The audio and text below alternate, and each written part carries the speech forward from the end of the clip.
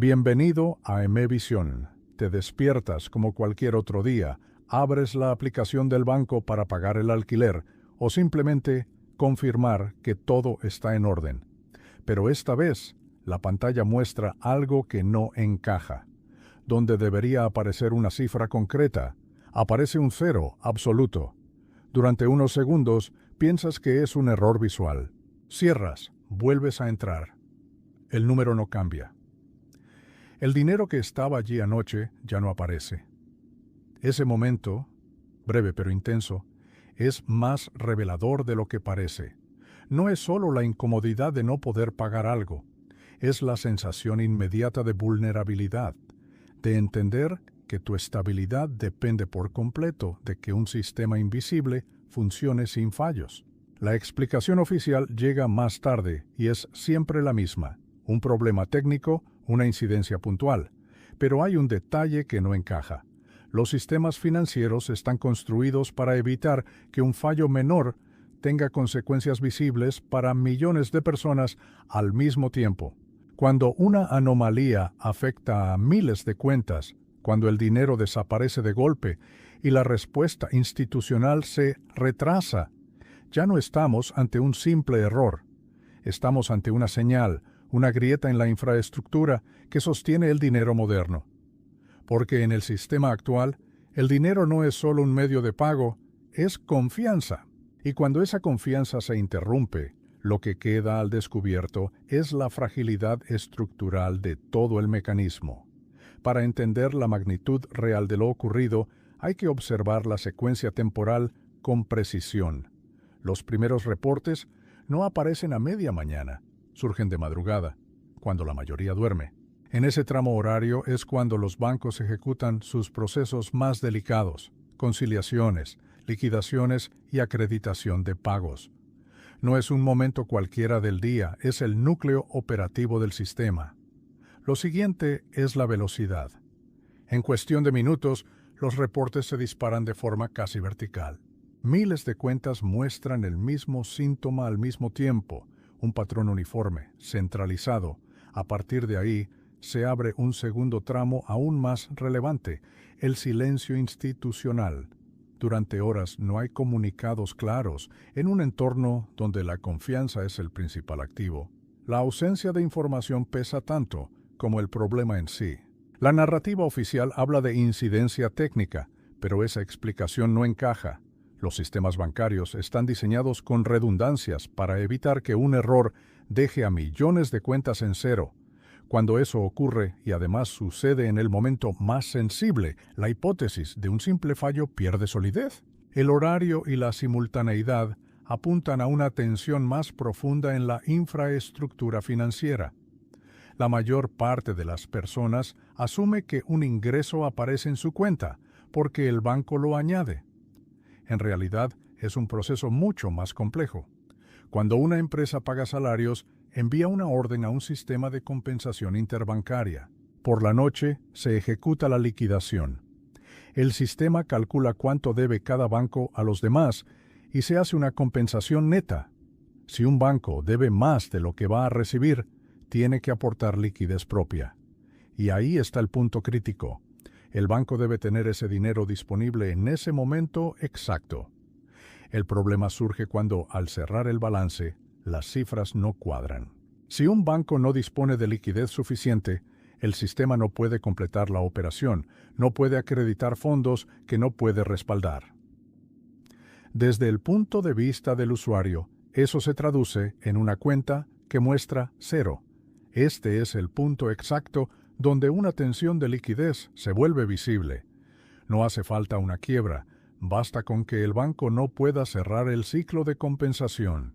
Por eso, cuando un evento así ocurre de madrugada y afecta a miles de cuentas, estamos viendo el límite operativo de un sistema que depende de que siempre haya liquidez en el momento preciso.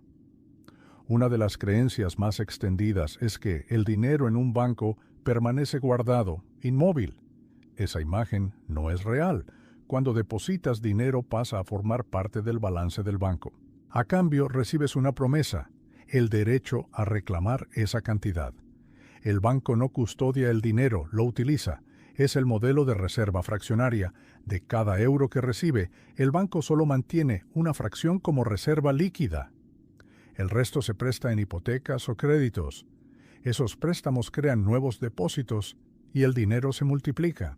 Este proceso es el fundamento del crecimiento económico moderno, pero tiene una condición esencial. No todos pueden reclamar su dinero al mismo tiempo. El sistema está diseñado bajo esa premisa. La fragilidad aparece cuando esa confianza se rompe. Porque si un número significativo de personas intenta convertir sus saldos digitales en liquidez real, el banco no puede responder.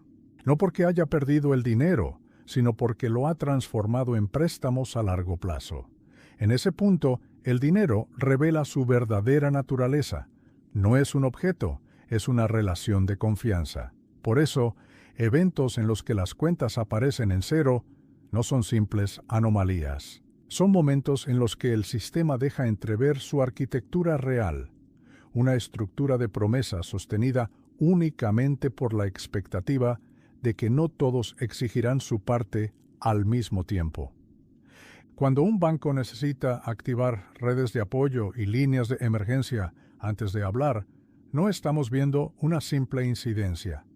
Estamos ante un momento en el que la estabilidad depende tanto del dinero disponible como del control de la percepción. El sistema bancario no está formado por islas. Es una red muy conectada donde los bancos se prestan dinero constantemente. A esto se le conoce como mercado interbancario y es uno de los pilares invisibles de la estabilidad financiera. Cada día, algunos bancos tienen excedentes de dinero y otros tienen déficits. Para equilibrar esto, se hacen préstamos a muy corto plazo, a veces solo por un día. Así, el sistema funciona sin que cada banco necesite guardar enormes cantidades de efectivo. El problema empieza con la confianza. En el mercado interbancario no hay tiempo para auditorías.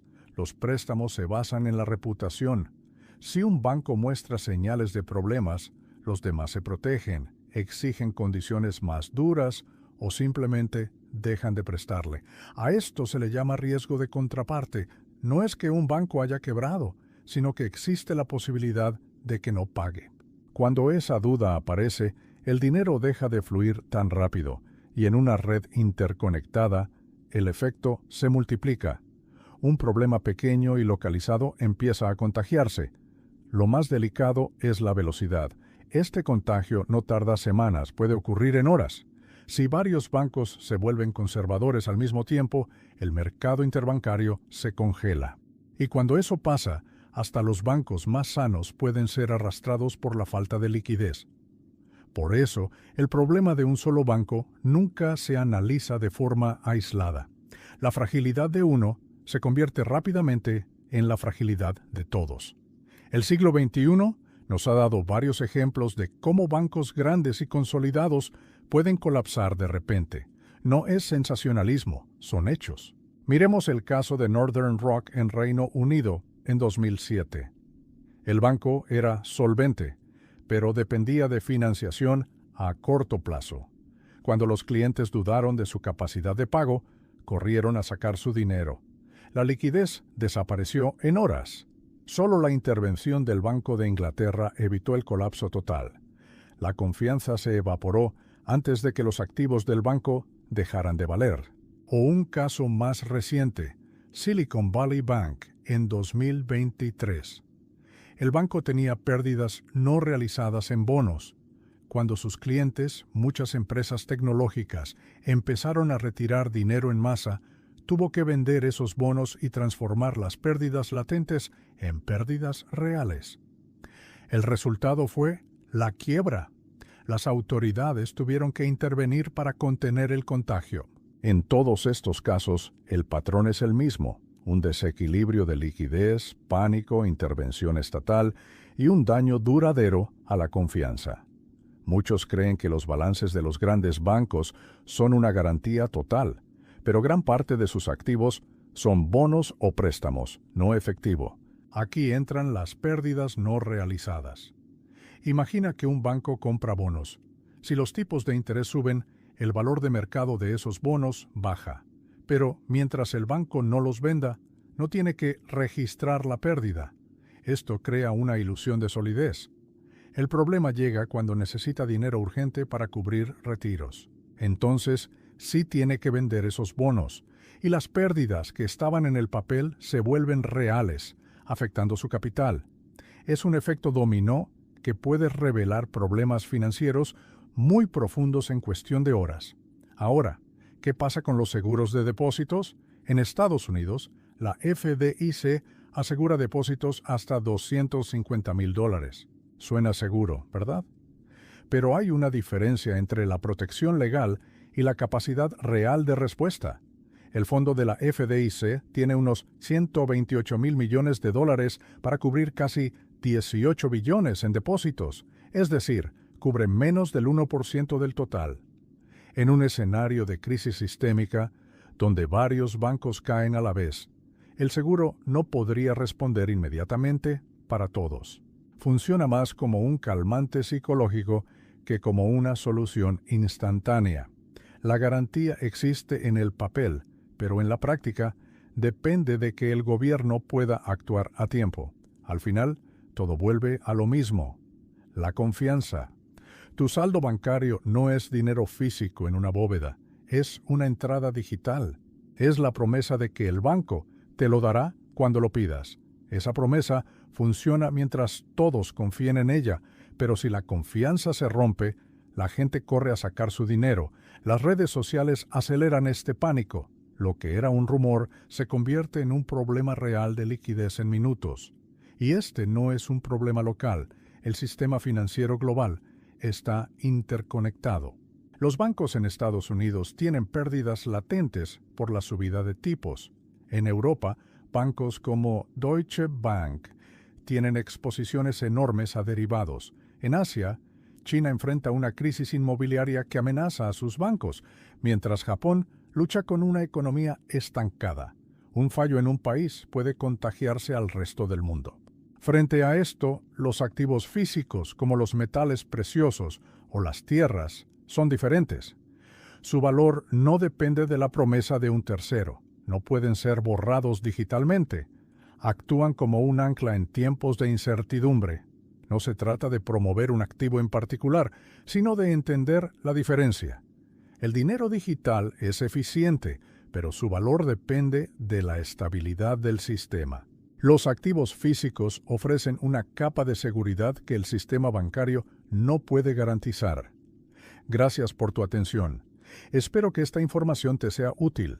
Si te ha gustado, apoya el canal para que podamos seguir creando contenido como este.